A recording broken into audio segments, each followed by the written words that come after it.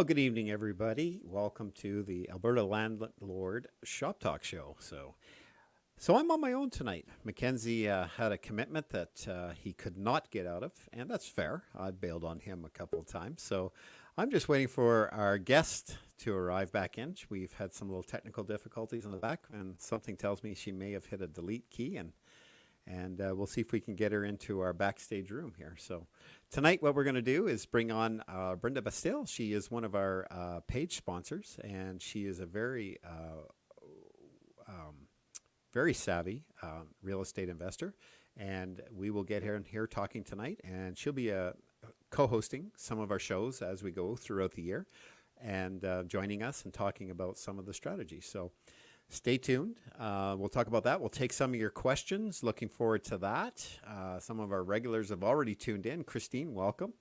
And hopefully a few others get on, and we'll get to some of your questions. There's some great questions posted on the page. We'll address those. I'll get Brenda's input on that because she's a pretty sharp lady. So, and lots to learn there. So stay tuned, folks, and we'll get started.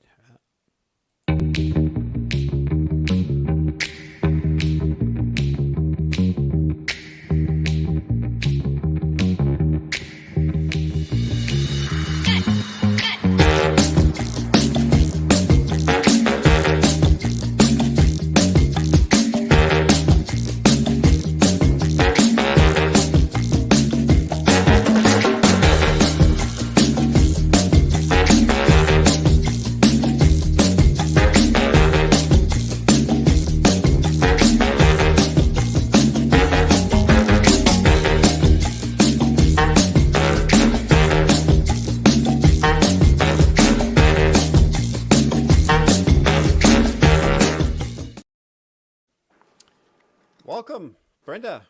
How are you? I'm back. I lost you for a second. I thought, well, we'll see if she joins back in the show, and there you reappeared backstage. So I just brought you in. So welcome to the show. Thank you for joining me tonight. It's really exciting. Mac's got the gift of the gab, so he's easy to fill. Sometimes I quite often stumble. That's why he's the techie guy with the computer in the picture, and I'm the guy with the drill. So we have a great match. So again, welcome, good. Brenda, and thank you. Thank you for becoming a part of our community. Well, you've been here for a while, but you've decided to take another step to this and start to offer some support from a financial support for people, from an experienced individual. So what I'd like you to do is, we have you, Brenda Bastille, real estate coaching. So tell us a little bit about yourself and where you're headed with our page. Okay. Brenda Bastille here. I'm in Edmonton, and I've been in the real estate world for like 39 years. Many years. I've seen it all. And I've been managing my properties, all these years. I have bought and sold hundreds of properties. So I've transacted a lot of deals, all kinds of things. Currently, I am flipping properties. I love long-term buy and holds, and I do BRRRRs. And I'm looking into 8-suiter. So that's kind of where I'm kind of at right now. But I definitely have a lot of experience in managing properties because I've been around so long. Awesome. And so where are you located right now? I'm in Edmonton. Right. And are most of your properties in the Edmonton area? Yeah, I have. Yeah. My motto is 20 minutes from my house. So most of my places, so I don't go into, Millwoods or far south or far north. I like to be able to drive to them if something happens. So I typically, that's my motto. I do have some that were in Sherwood Park. I did some rent-to-owns for a while, so I wasn't really concerned about location. But I just do that more for convenience. Wow.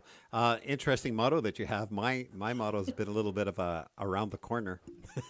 Around the corner. Around the corner. So I'm in Panoka, which people say, well, what's a Panoka? Or they associate some other industry standard to the name. But myself, literally where I'm located, my properties I have, they're all within a block of my house. Yeah, So that's no even matter better. yeah, no matter where I go, I can usually see what's going on. Now, Yeah, you think, well, that's great, but I still have had some late moves that have snuck out on me. yeah, So yeah, yeah. No, you can't escape that. yeah. So, That's so just going to speaking of happen. late moves, let's talk about your little experience there. What's your best way to combat the midnight move, the late move? What kind of relationships do you build with either the tenant or with the neighbors of your property? Do you have a strategy there?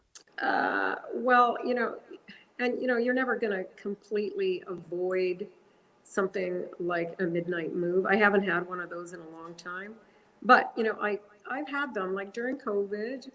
There was a couple of people that circumstances changed for them. They lost their job, and sometimes I think people they just kind of panic and think, oh, I can't pay my rent, so I'm just going to leave. And so, can you avoid them? Well, yes, you can screen your tenants, right? And just avoid sort of dicey people. I mean, sometimes I let my guard down. I think I'll give this person a chance, and then lo and behold, they're the ones that end up doing a midnight move. So, um, once you've got a midnight move, what can you do? Yes, I go to RTDRS. I get an order. I do all of that, but sometimes you can't get blood out of stone. So I don't get too attached to that. I just do what I need to do. I clean up the place and then I re-rent it. And I don't get too attached to, well, how long has it been vacant? What kind of a mess did they make? I just kind of move on. Because how can you avoid it? The, it all comes down to tenant screening. Yeah, exactly. Yeah, And we it try, does. we've tried to develop some systems within our page where we're helping people with their tenant screening. We've done some role plays on here. I'm sure you've watched some of those shows, and we Yeah. try to help. But we have new people joining all the time, and since you are joining, probably some of you for the first time on the show, and others, but I encourage you to go back to our YouTube channel, findgreattenants.com. Go back, look at some of our old shows. We talk about tenant screening. We've even done role plays, Mm-hmm. and role plays on how to deal with tenants on checkouts. We try to be as creative as we can on the show and help people from a realistic point of view. And that is, I mean, it's really key to tenant screen. I mean, it really is the key to finding good tenants, to maintaining good relationships with your tenants. Because if you start off well, then the chances of you having a good relationship are better. Right. But if you get in a panic and think, well, my place has been vacant a month, and then you let your guard down and you let in someone that is sort of borderline, well, that's when you're going to have some problems. I mean, do a short-term lease. Sometimes just do a short-term lease on someone that you're just not sure about. So, question to you: short-term lease versus month-to-month. Well, I don't like month to month because it's too hard to get people out, and I need to have a lease, so I don't do month to month. Occasionally, if someone's lease runs out and they've been there forever, I'll let it go into a month to month. But you've really got to stay on top of your lease renewals and make sure you've got a 3 month, a 6 month, or a 1 year. And I like a 1 year, but sometimes I'll try somebody out. I want to see how it's going to go. And then after 3 months, we can sign a longer lease. Talk about pricing. You have your 3, 6, 9, and 12 for say. Do you have pricing preferences for those types of leases? Well, what do you mean? It's Well, the same. they want a short-term lease. Is it up No, I 50 don't bucks? adjust it. No, No, you don't. I Okay. don't adjust it. No. Yeah. The reason I ask that because I have heard some landlords where they'll say, okay, well, if you're only wanting a 6-month lease, then this is the price. If you assure me Yeah, a year, then that price. You've heard it. sure. Yeah. Yeah. I've never done it, and there's nothing wrong with that. I'm not out there always trying to get the top dollar, right? I'm happy getting market rent. So I'd rather have a place rented than go vacant for 2 or 3 months because I'm asking for top dollar. But, there's nothing wrong with if someone wants, if they just want to, and occasionally somebody has wanted to go in for 2 months and they're willing to pay more. So, I actually have done it, but that's usually somebody building a house and it's definitely very short term. Right, right. Tell me a little bit about your real estate coaching. Because that's what you're bringing to the table with our group, and you're making yourself. So tell me what you got in the mix there. Okay, well, right now what I'm doing is I'm just doing one-on-one coaching at the moment. I really want, I like for me, I really want to take somebody from where they're at to where they want to get to, that gap, right? So I'm working with anybody from a total novice to somebody that already has properties.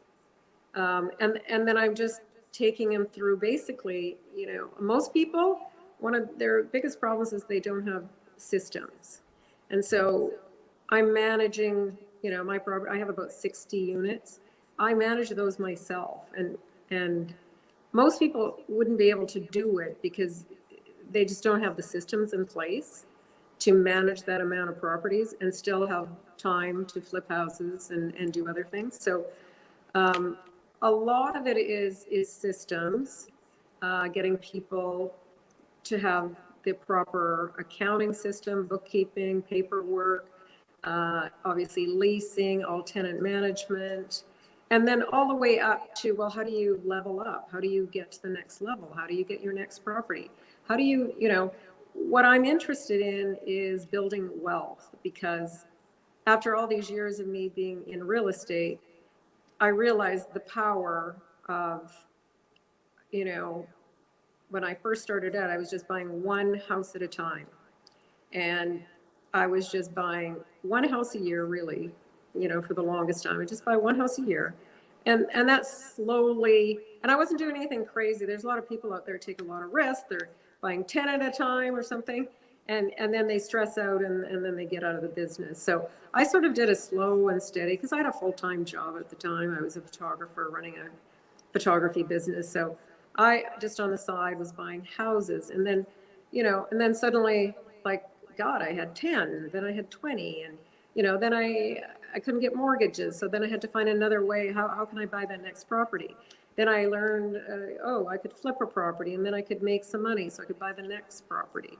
So these are all the things that, I went through in 39 years of being a real estate investor. And there's a lot of stuff in there that novices, they just don't have that experience. They tend to make a lot of mistakes. One of the biggest mistakes novices make is, first of all, buying the wrong property in the wrong location and then putting in the wrong tenant, right? That's just going to totally turn you off from this business, because, you have one too many tenant problems, that can really depress you, can stress you out. And I mean, believe me, in my first 10 years, I had a lot of problems. I didn't know what I was doing. I was just buying houses. I had no clue what to do. I read a book, and there was no internet around. There was no, groups like this. I was just kind of flying by the seat of my pants. But the thing is, it takes action. You got to take action on this stuff. People that want to build wealth in their life, they've got to be willing to take action. It's just really one step at a time. Right. And real estate is just a great way of doing it. Right. It's interesting you talk about taking action, because one of the things I try to put out there is sweat equity, where people are, struggling with, how do I fix this? How do I fix that? And you know what? I've been by trial and error. Like, I'm to the point now where, knowing a little bit about the furnaces that I have, and the Lennox furnaces, there's two things that I know I can fix that I'm allowed to fix, which are a simple thing as a flame sensor and an igniter. They're each held in by one screw, and if they're not working, then I can fix my furnace, and it's a $30. And it's not going to cost you $400 or $500. That's right. It's a $30 fix. So I have a part for each furnace, and I know which mine are, and they just sit in the door because it's been since I've had this. My tenants call say, "Hey, my furnace isn't working." So when I go up, I see how it acts, and I go, "Okay, it's this," and I just learned by being there when the trades are there and watching closely, asking a couple of questions without annoying them. So yeah. and I mean, that's kind of what I did in the beginning too. Like I was in there, doing a little plumbing, doing a little electrical. I was painting, I was cleaning, I was putting in kitchens. I did all that. In the early days, I was, working my butt off during the day. And then at night, I was like over at these houses doing all kinds of work. You learn a lot. It's the same as managing a property. It's important to try to manage a property one property yourself, so you kind of understand what it takes. Just like, for me, sweat equity, I did plenty of that in my day, and I learned a lot from it. Now, now I don't do that. I don't need to do that, but it certainly helped me. Yep. Before I ask you this next question, I'm just going to put out, we have about 18 people watching the show right now. So if you have some questions, put them out about your business you have, or some problems you have, or some concerns, and we'll answer them live on the show. I have Brenda all teed up that she could get some hot questions here. So my next question to you, Brenda, was the couple that says, "Hey, hun, what do you say we buy a house and rent it out? What do you think?" "Yeah, it's a great idea. Let's do that. We got a little extra cash." What's your first piece of advice for that?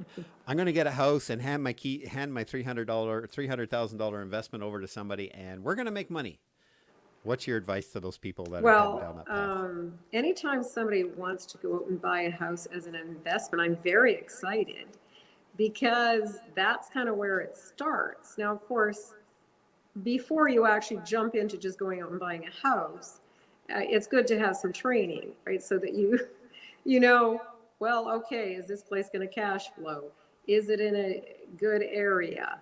What type of property? Am I going to have to do, deferred maintenance? I mean, there's a lot of preliminary work you need to do before you actually jump in to buy. Now, I pretty much, when I first bought my house, I just kind of bought a house, right? Because I didn't know, and I learned a lot from it. So my advice as far as, buying a property, it's, sooner than later, definitely.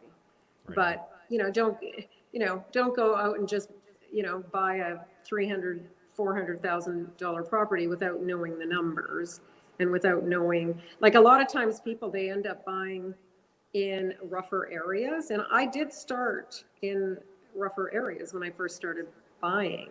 And they used to always say, "Oh, it's transitioning." Oh, it never transitioned. Like, it really didn't. In 30, 40 years I own, like, it never transitioned. It just didn't. And not to say you can't do well there. You can, absolutely. If you're on a budget and you can only afford $150,000, well, you might have to buy a house in there. Now it's just going to require a lot of management, because not everybody wants to live in the inner city where there's drugs and, gangs and stuff. So today I just kind of avoid that area. I just sold my last one in that area. I just sold it.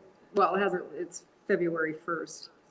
I sold that one. So again, it's, you might be better off getting a townhouse, something, maybe you can get a townhouse for a couple $100,000 or $150,000. I'm not a fan of condos. That's my next question to you. Yeah, they don't appreciate they have cash calls. Okay, one of my clients, here's a good example. He bought a townhouse, has had it 12 years. And he's negative cash flow, and it hasn't appreciated. So I just would avoid condos in Alberta. I mean, maybe BC, maybe Alberta, or in Ontario, it's a different world, but in Edmonton and anywhere in Alberta, I would just avoid condos. Go for a townhouse if you want to start, or a half duplex. Yeah. If you want to start small, go there. It's just, I don't know too many people that actually have, had a good experience with condos. Right on. Well, let's go to our question here. This is a question from Bhajits, and asking, how do you buy? I've heard a rental. The one I've heard about, how do you buy a rental with zero down? Is the question. Well, either with a joint venture partner or an agreement for sale. That's really, in my 39 years, I never bought a house with zero down. I bought for low down, but I never bought for zero down. And not to say you can't do it. Of course you can do it. I think you're better off getting a JV partner if money is an issue. And maybe Chris, I don't know, do you have a thought on that? Buying zero down? First thing that pops into my mind is, if you're going zero down, what's your highly cash flow? Leveraged. What's your cash flow? Yeah, what's your cash flow? There isn't. Hey, but you know what? This is really interesting.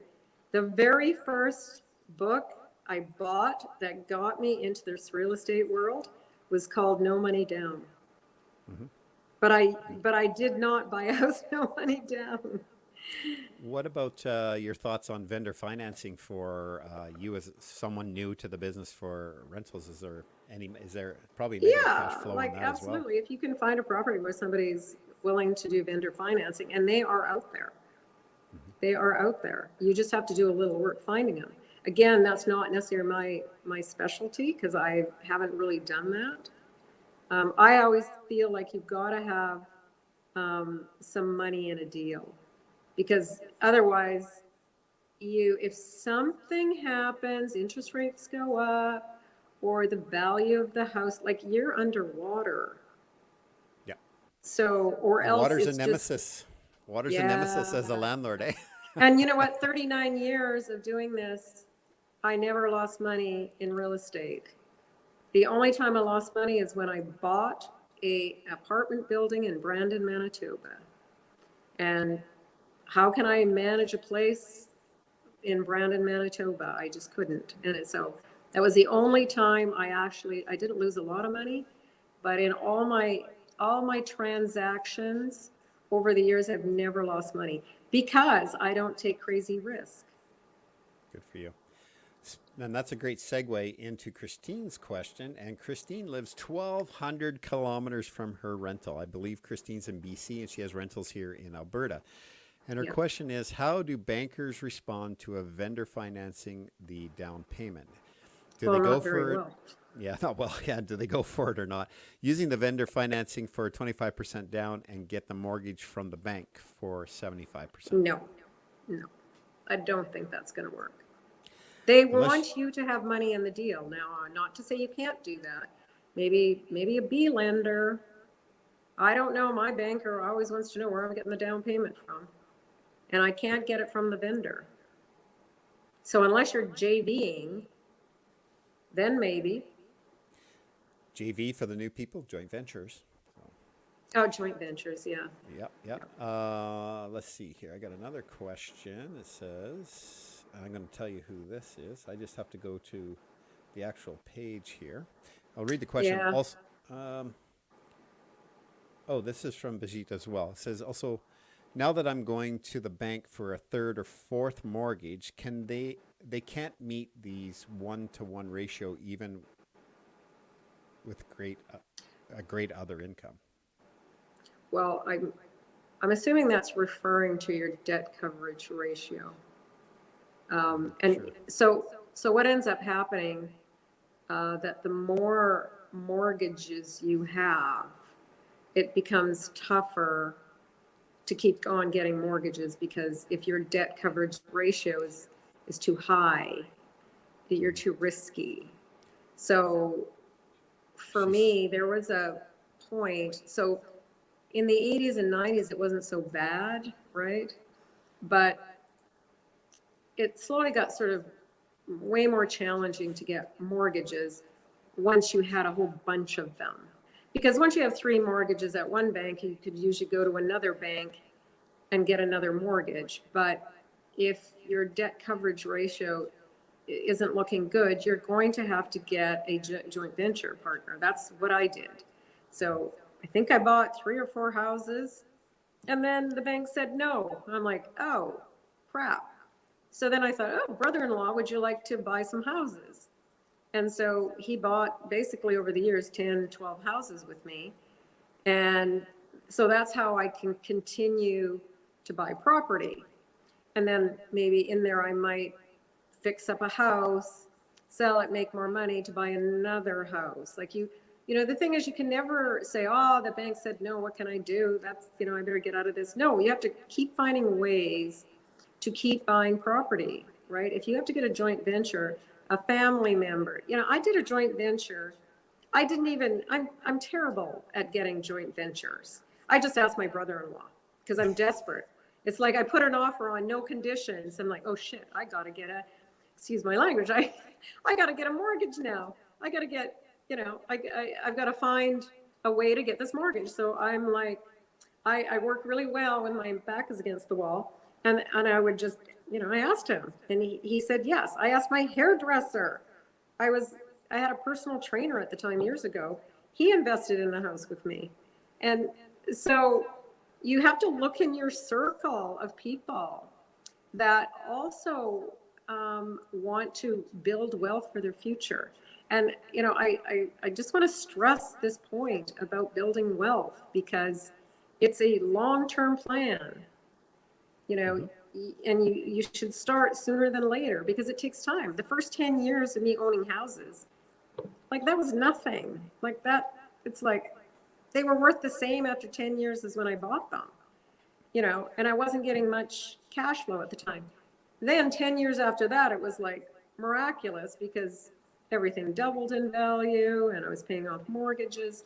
It's just, you just don't know what's going to happen in 10 years. You know, if we were in BC or in Ontario, we'd probably be laughing right now. But, you know, we have to deal with where we are now because you can build wealth here just as you can anywhere else. Right. It's interesting you bring up Ontario. There's a gentleman from, 2 gentlemen actually that I've chatted with coming out of Ontario where one said to me, we had a little chat, he says he can sell a 4-plex in Ontario for what he would pay for a 21 unit suite here in Alberta. Isn't that crazy? Yeah. And that's sort of the dilemma in Ontario. You're not necessarily buying for cash flow there. You're going to buy for appreciation, and then you're going to have to hope that it's going to appreciate because the numbers just often don't work. That's why a lot of people are coming to Alberta because you can easily buy cash flowing properties in Alberta. Like I have no problem finding cash flow here. Yeah. Now, appreciation is another story. That's right. Yeah, we're in a little bit of a dilemma when it comes to that, aren't we, right now? But you know what? There's those 3 ways of making money in real estate: appreciation, cash flow, and mortgage pay down. If you have 2 of those, and that's really like, if I buy a house and it's got $500 positive cash flow or more, I think, well, how many of those do I need? 10? And then I got $5,000 a month. So it's just, there's different ways of looking at it. I just know I can get properties here that will cash flow. And so that became important because my early years, I had no cash flow. Interest rates were 17% in the 80s. Oh, so you weren't necessarily buying for cash flow at that time. That's right. That's right.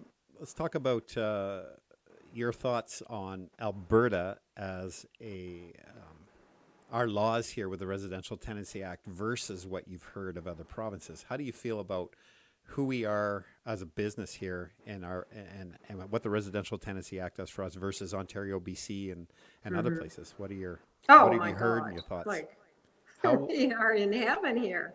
Come on. Yeah. Like, if you, like the RTDRS, I've been there a lot. It is great how they run it, I think.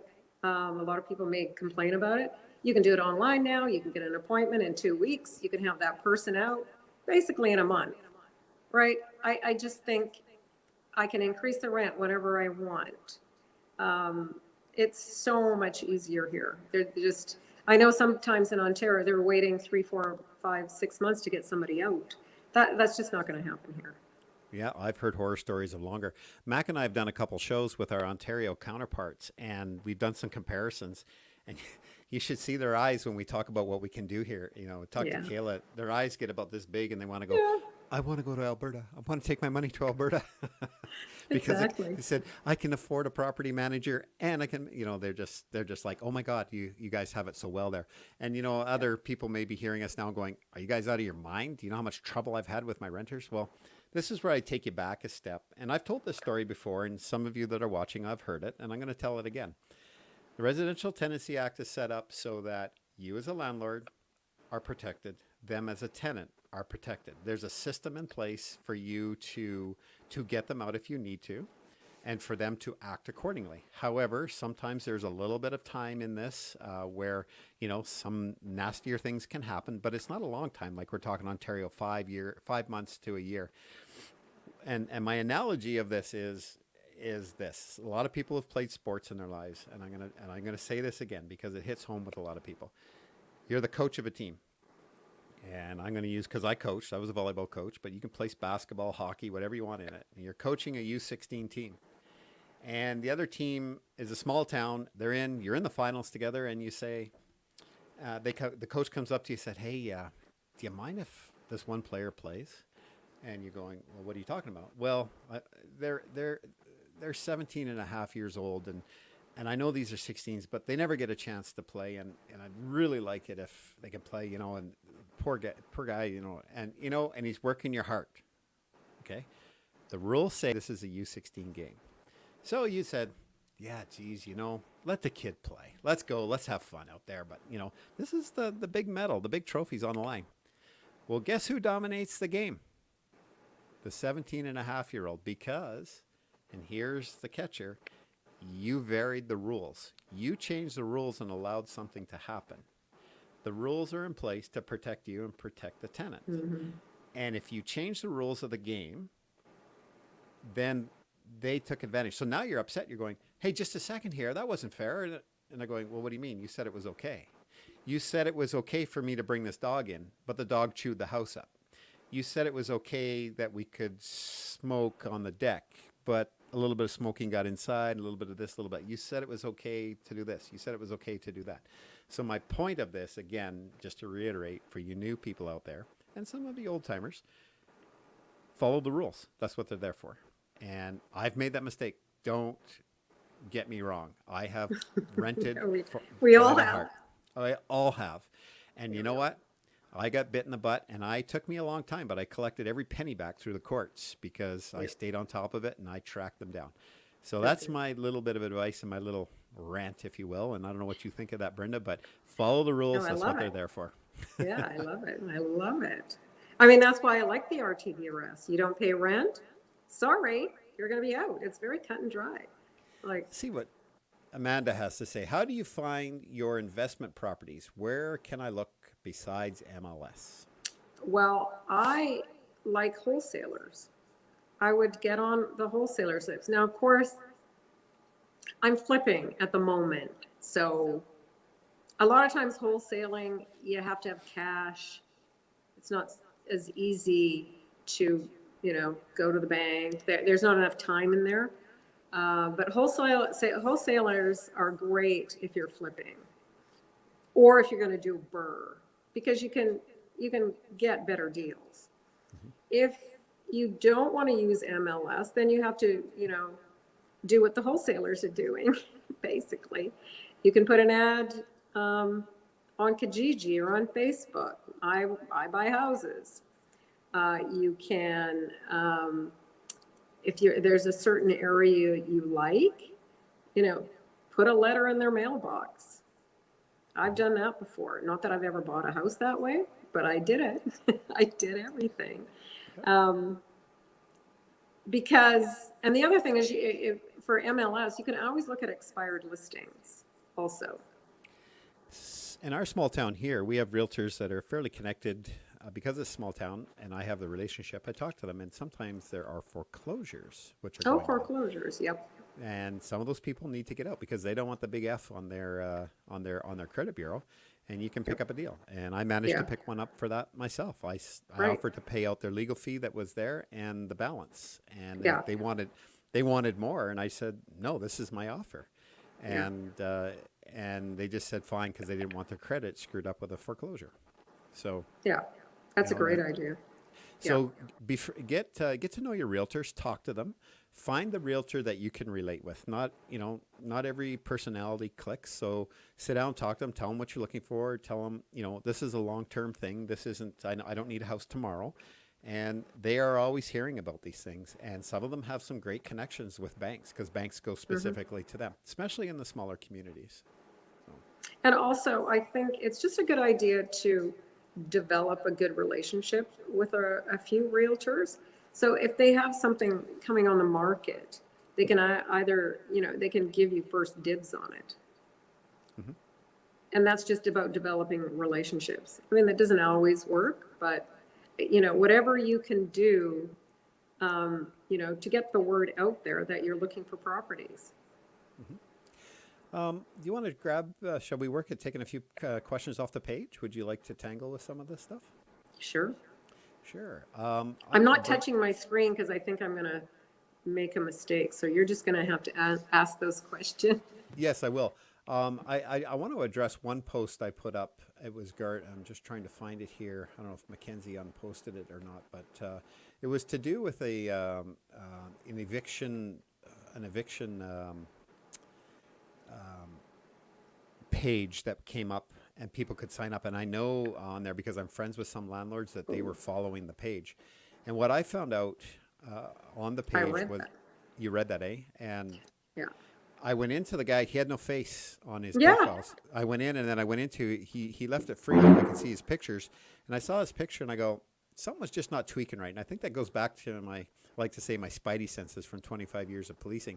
Yep. And I thought, you know what? I know there's a Google search for pictures. So I went and learned about Google search for photos. And I did not know that. Yeah, I put that photo in and it came up as a stock photo of men's suits. So I posted about that. So if anybody... Yeah, that was brilliant. I love that. Yeah. And, the thing about that is I was looking on a site that was a wholesale, like I sort of Googled wholesalers in Edmonton and this site came up. I won't say what the site is because I'm not sure who it is. But what I found interesting is they did not have their pictures anywhere. Like I'm thinking it was basically, it sounded like it was two people, but there was no names on there. And I just go, why wouldn't you put your name on there? Yeah. Like it's a bit like you got this spidey sense about this one site for evictions. I sort of go, I kind of wondered, like, why would you got a couple pages on your website and you've got contact who we are, but then you're not really talking about who you are. You're just saying you're two people that love wholesaling. Yeah. I just think I'm like, okay, I got to stick to the people I know. Yeah, and that's what we try to do. MacKenzie and I take a lot of pride in what we're doing here. And about a year ago, we did have some trouble with one person that we thought we vetted properly, and they kind of went sideways. So we quickly shut that down. But we stay on top of our people that are sponsoring our page, that are, there's people that they pay to be have a specialized position in our page. And and from that, we have the utmost respect, and we expect in return that they're going to go above and beyond for the people on this page. So absolutely. And I think that's only right, and that way Mac and I can maintain our credibility. So we have some bigger visions of what we want to do, and we're trying to figure out what this COVID thing's going to do. And we would love to set up a weekend seminar where we'll go through that, and people like you, Brenda, can come in and talk to people about investing. We're going to talk about evictions. We're going to talk, how to work with police and stuff. And yeah, that's great. And just to segue from into the police, I actually did an eviction for a lady here in town. I work on doing evictions, but I stay right here in Ponoka because it's just a personal choice. I don't want to tread on flashing lights. Something's happening. I don't want to tread on Rob and Don's world because they do an excellent job. But here in Ponoka, everybody knows me because it's a small town. So I was helping a lady today, and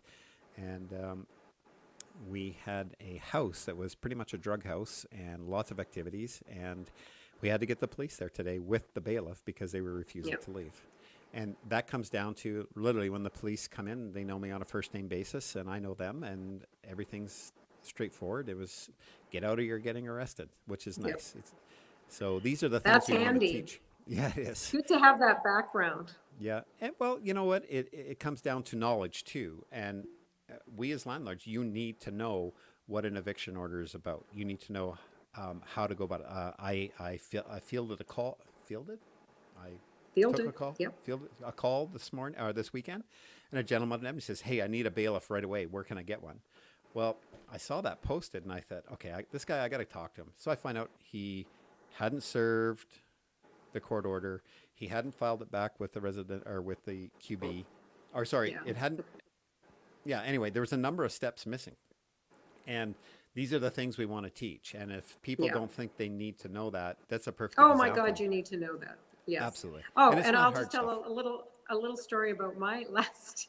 I had the order, and everything is online now, and so I got the order, and I know that they get it stamped at Court of Queen's Bench. So anyway, I served this on my tenant, and then I go to call, I had to call the bailiff just to see what they needed, and then I realized, I served him the copy that doesn't have the stamp from the Court of Queen's Bench. So then I had to take that, go re-serve him.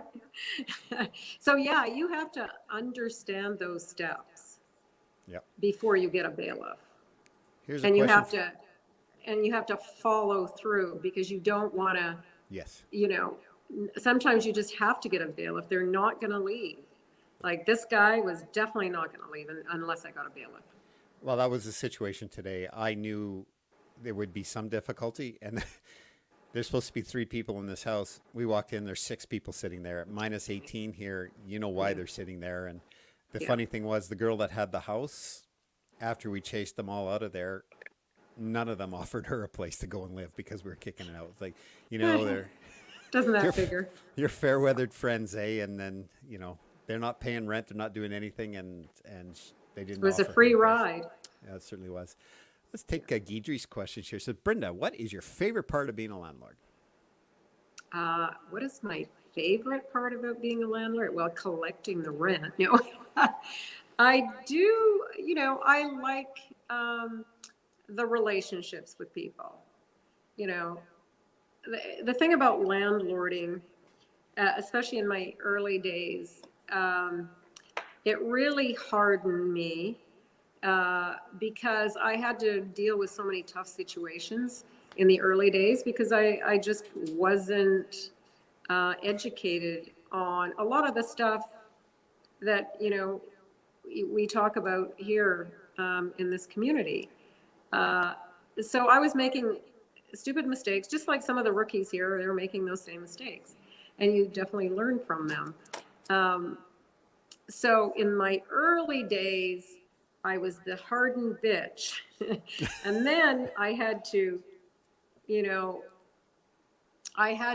as I was doing more and more of this managing people, I started to learn more about how to deal with people, how to, first of all, how to get a good tenant, how to build relationships with them, how to give, how to sort of bring value to them. It doesn't always work because, sometimes you can never please everyone, but I do like the relationships that, I have with my tenants.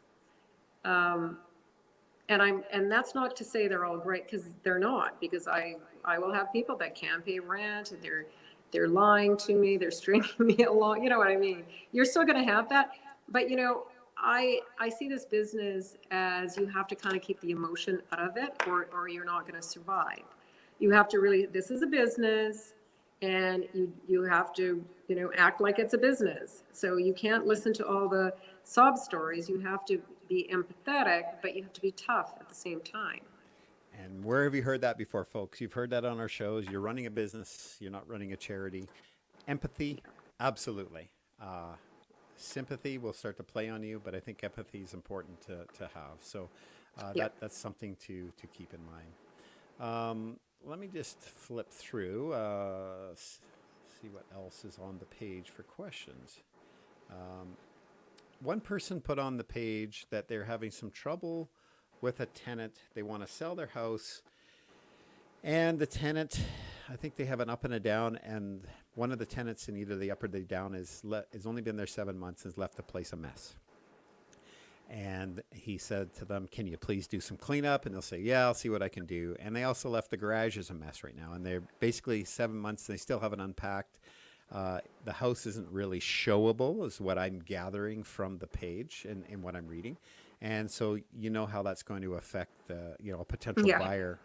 So there's a little bit back and forth on the thread of communication as to whether this is an evictable position for the landlord. So just giving you the little bit that I have, what are your thoughts on whether you can get that person out, or what can you do to get that person to change their behavior? Well, again, going back to, building relationships, if you had a decent relationship with that tenant, I would pay them to move if I had to. I would try to find another place for them just to make it easy. To evict somebody, you have to have really good reason. You can't just evict him because you're selling it. That's not going to fly. Now, if he's doing something in there, if he's not paying rent, if he's damaging things, if he's just messy, that's going to be tough. So, cut his rent in half or something, and say, if you keep this presentable, you only have to pay half the rent. You just have to kind of get creative. Right. Because getting him out will be more challenging if he's not doing anything that you can evict him for. Right. If he's just messy, it's not going to fly. So the end game on that is getting that place sold. So there may be some costs involved to get that person to buy in. So let's take that a step further. You're saying, okay, look, I'm going to drop your rent $100 if you clean the place up. Now they still don't. Well, then you don't, like, you basically rebate them at the end. Like, I wouldn't just cut somebody's rent in half. I would say, listen, if you keep this presentable, I'll rebate you half the rent at the end of the month. Because you need them to actually follow through, because you can say, I'm going to give you, I'll give you I'll half your rent, and then they leave it in a mess. Well, then you're just back to square one. Right. So there's no incentive when they already get cash in hand to do anything. Yeah. Like, if your motivation is to sell that house, and you really have to sell that house, then it's money talks, right? It's throwing money at things sometimes, like paying him to move, paying him to keep it nice, and then to have that relationship with him, that he likes you, he respects you, and he wants to do that. Because if you're going in there saying, oh my God, this is disgusting, well, you're not going to be on his good side, and that might be tougher, right? If you start off, all guns blazing, you might not get too far with someone like that, because people, they like to be appreciated, they like to get compliments, and if they feel like they're always doing something wrong, they just get their back up. Right. And so you're going with the sugar or honey to Yeah, catch it. I'm going Eh, with the sugar yeah, you're because saying, okay, I just don't know if you can evict him. right. Like I didn't So read the whole thing, so I don't know the whole story. If he is doing something that you can evict him for, then of course you can go there. If he's not paying rent, the easiest thing is when they don't pay rent because well, that's cut and dry. it's Yeah. a short enough post here. I'll read it really quick. We are selling our investment Okay. property. I've informed the tenants that this is happening. One of the tenants who lives in the upper suite of the home, Upper suite. yeah, does not have the suite in good shape. He's been there 7 months, not fully unpacked. It's a mess, to put it short. Um, he has a garage space also that is a total mess. I asked him to clean up and organize the suite so that it was presentable for real estate to come and do some photos and do a virtual tour. He said he will see what he can do. Well, I love that answer. My question is this: if there is no attempt to clean up, can I evict this fellow? Is it under interfering with the rights of a landlord? So I think, your approach is, work with a little bit of honey and see what you can do. This is a place you want to unload. Likely you're going to be cash positive on the sale. Well, hopefully you are. Do you have anything else to add before I give my spin on it? Well, I'd also, how long was the lease for? Is it month to month? Is it a 1 year lease? Like, would be good to know because he's been there 7 months. Typically you sign a 1 year lease. Does he still have 5 months left on the lease? Right.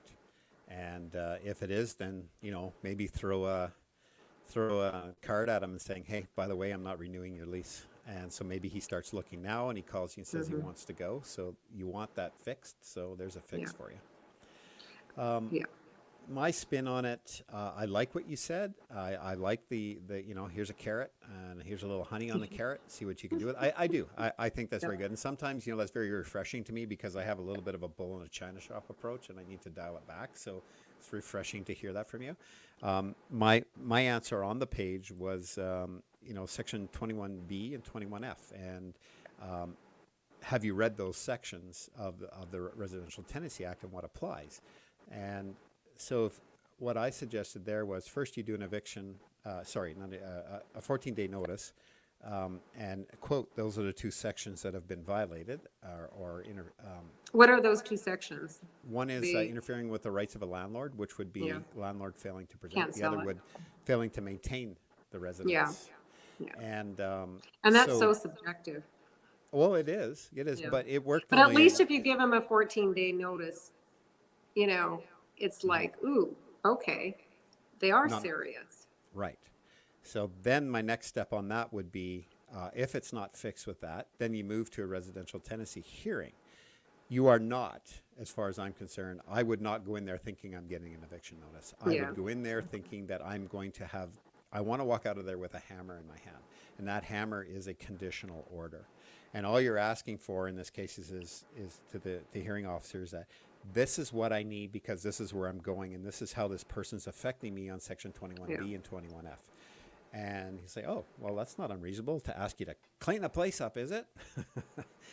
But then that person may get their back up. So yeah. So but if worse comes to worse and you're dealing with a difficult tenant that isn't willing to work with you, then that's what you have to do. Yeah, there you go. Yeah. What else have we got kicking around on the page tonight? We have someone that had trouble. She had a great tenant. They were swapping back and forth with regards to, just reading it, trying to find it here again.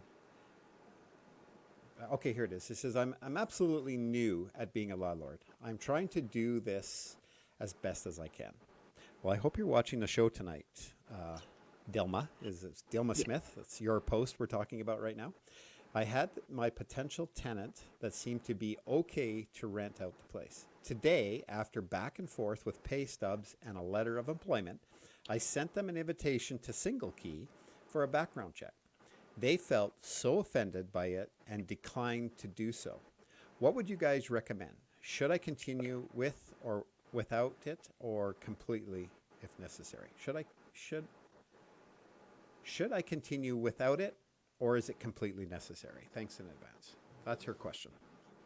Well, in that case, because there's some people that are really adamant about not doing credit checks. So if they have other really good references, if they've worked at a place for a while, they're making decent money, or they have money in the bank and they get good rental references, I won't do a credit check. So it is a little bit of because one of my questions when I pre-screen is, how is your credit? I want to know how people are going to answer that, right? Because that's usually telling. So if they're already sort of borderline, then you just know that they have terrible credit, right? And if they don't want to do single key, then unless it's for, like I talked to a woman yesterday, it was her and her daughter wanting this townhouse. She's worked at the city for 3 years, has good references, but when I brought up credit, she was adamant. Nope. And I said, you could go on Credit Karma. Nope. She just wouldn't. So I thought, okay, I'm not going to, because I liked her. It was like no pets, older daughter, has a job. So I didn't want to totally discount her because of her credit, even though it's one of my pre-screening questions. Right. In this circumstance, my spin on it is, I don't think you should do both, where you start digging and asking for things. Single key does most of what you just did there, what you did ahead of time. If you start out saying, great, I like what you've said, and they've checked all your boxes, and you give them the single key application, say, here's my application, I'll send you it, and then you can send it in to them. And single key does a background check for us, which does include a credit check. So if that's the case, then what you can do is single key will do all that work for you and give you a report back. MacKenzie's sitting in the room and he caught me off guard, so he's wrecked my flow here. So well, I'm going to let him in and after I finish my note here. So, but what I'm saying is that if you go the route with single key and tell them that's your process versus trying to dig all that information up ahead of time and then saying, okay, by the way, and then they have to redo everything. Yeah, you can get them a little bit annoyed. And the other thing about single key is they also have you can report your, that's the Landlord Credit Bureau, where you can report. Like, I don't know if you use them yet, Brenda. Front lobby, yeah. Front yeah, lobby. I just started there, yeah. So that lady there could benefit from you reporting her rent. And, that's another sales pitch for you guys as well. So that's why I like that. I've just started, so I just haven't incorporated everything yet. So do you want me to let MacKenzie into this, or do you want to keep it all to ourselves tonight? He's in his car. I am in my car, yeah. I just thought I'd tune in to listen. I didn't think I was going to sneak in, but you guys are still going. Yeah. We're just about to wind it up. I had a great chat with Brenda tonight. We had lots of people. We're up to 25 people at one point, I believe. Ooh, Brenda's got a following. We're lucky. We've got good people to come together and talk about the business, and that makes it all the more natural of a fit. So that's very cool. That was fun. Yeah. Cool. I think just to start winding it up here a little bit, Brenda, I'd like everybody to know that Brenda is real estate coaching. She's out there for you. Reach out to her. She'll tell you what she can offer and what her program is and how she does things for you and with you. Nothing better than having a mentor in this business, especially if you're just kicking it off. And, a great example is this question from Delma is, hey, I'm new at the business. What should I do? You know what? It's part of your investment. All this you can write off as an expense against your business because it's education towards your business. It's an expense. So don't think that you're putting money out that you can't write off. Let your business pay to educate you. And honestly, for the peace of mind and the cost of the education, as opposed to making a mistake that might cost you thousands, depending if it's a tenant damages rent not paid, is such a comforting peace of mind. And it's nice to learn the business right the first time and really see the systems in action. And that it does take practice and reputation, but when you have a mentor like Brenda, that will just really make it easier. And that's when I got in this game, I was paranoid. I studied as hard as I could, and I ran into this guy named Bill Biko, kind of weird guy down in 2016, gave me a 10 screen course. And it was great. And Brenda, you're the tenacity, like you're an all-star. Like, I love how long you've been around the game. And Yeah, I've been around a long time, haven't I?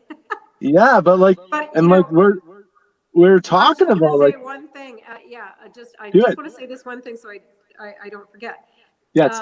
Just when we're talking about educating yourself, I have always educated myself. I've always had mentors. I've always taken courses, not always just on real estate, lots on mindset, because it's 80% psychology, 20% tactics.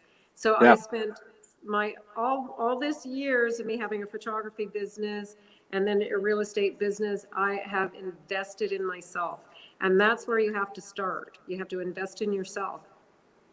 Yeah. Sorry. I just think Brenda, when you started at a time in the I hope this is okay, I'm gonna say in the 80s, I'm saying it now, yeah, in the 80s, you did it on really a pedestal by yourself. With there's no resources back then. Even in the 90s, in the 2000s, there's nothing. Like I don't know, I'm gonna say my age, I'm 37, I'm born in 84, and like I was nervous in 2016 getting the business, and then I found single key enabling. I heavily rely on that because I'm very much data driven. I need to know information. But like, to me, what you had to do back then would be like just like blindsided going and trying to figure out and find the tenants. But the mentality and the tenacity to do that and stay in the business as long as you have. Oh yeah. Yeah. There's a mindset that you figured it out, and that is really a skill set that you can really share and help out the new landlords get over those first hurdles of those bad tenants. I mean, Chris, you're really no different. You got into this business as well, especially being a former police officer, and then you started this landlording group that we were in right now out of frustration of getting burnt a few times. And we all will have their challenges, but it's you take the steps past it and take action. And I guess I have a ramble on, but yeah, it's you're a fantastic asset to the group, and you bring in the right decisions on the mindset when someone's teetering and tottering on, oh, this tenant's doing this and that, and it's like, no, you got to start the eviction. It's a business, run it like a business, and and it's usually it's just, you know what? Think of the first step. What's the first step here? You come into your house, someone's trashed it. You go, okay, step one, get a bin. Step two, get someone to clean it up. You know what I mean? You just have to be, you have to take the emotion out of it. You got to get the next rent coming in. Your first one or two, sorry, it will be emotional. Like, you can't help it, that's just the way it is. Once you've experienced a few things, then you start to see, okay, I survived that. Okay, yeah. And I'm okay. And then if you can just keep on going, because it's going to pay off. Can I share a story with you guys? I had, this would have been the third or fourth vacancy I was filling at one of my rentals. And I had good systems because thankfully I did their research, but I was doing the repetition for the first time. And I had this viewing, and it was a guy and a girl, and this guy came in, he was huge. He was like 6'7" or whatever. He used to be a bouncer at nightclubs and stuff. And my spidey sense was just like, just going off. I still went through, I showed him the rooms, this and that. And then we sat in the kitchen at the end of the walkthrough, and I wanted to just end it as quickly as possible. Then I asked him questions just as if I was going to take him in because I wanted to know him better. And then the conversation that ensued after that, I found out that he had a assault charge from being a bouncer back in Saskatchewan at a nightclub. And he was living out of a car, but he didn't have a job, and he had this whole rap and stuff. And I was just like, mind blowing that he told me this. But the reason the conversation even started was because I told him I had a system. I said, hey, by the way, I do credit background checks, and I don't say no to something if there's a spot in the record, but I do appreciate honesty up front. And then he just and I stopped talking, and he just unloaded on me and told me everything. And listen, like, I love dogs too, but just the judgment of the character. He's like, oh, I also have 2 pit bulls that are full size and stuff. And I don't know. Just something was going off. And then he had no employment. And then the next day he texts me at like 10 in the morning. This is not, not even a day later. And he's like, oh, I just got a job at Pizza 73 or something like that. And I was just like, I lost count of the red flags after that call, but I just remember the emotions going through my head, and I had done some research ahead of the system to follow, and if I didn't have that, I don't know where I would have been. And it's just food for thought of we all go through you these didn't have to challenges. learn the hard way though. You did. Not yet. I've done an informal eviction. I have not done one through the proper process. I hear from a few experts in the group of what to do, but I have not been do it. done. Yeah. No, Well, not good yet. for you. You keep it that way. I'm trying. Yeah. Well, Mac, thanks for popping in there and giving that little extra. We appreciate that. Brenda, before we sign off here, can you tell us a little bit about some of your favorite things that you like to contribute to? Any favorite charities, different things like that that you participate in? Okay. Just a little plug for what you do. Okay. Yes, I contribute monthly to the food bank, and I have had a foster child for probably about 30 years. Cool. So those are my 2 right at the moment. Nice. Very nice. Very nice. Well, thank you again for dropping in. And folks, if you're still with us here, we still have quite a few viewers. I encourage you to reach out to Brenda and talk about, let her coach you, let her help out, be your mentor. And you'll get some great advice. Somebody who's been in the business over 30 years with multiple doors. There's some success there, folks. So reach out to Brenda. So. Yeah. Mac, thanks for joining us next Thank week. you. Yeah, you guys. Random. Yeah. Yeah, I just wanted to listen. You shouldn't have brought me in. Yeah. Well, I almost didn't because I knew you were Chatty Cathy. So. Chatty Cathy. So we did Brenda okay, Chris. Yes. Yeah. We Good for you guys. So Brenda, just stick around in the back here. We'll talk after the show behind the curtains, and we'll let everybody go. Good night, everybody, and thanks for joining us. Bye.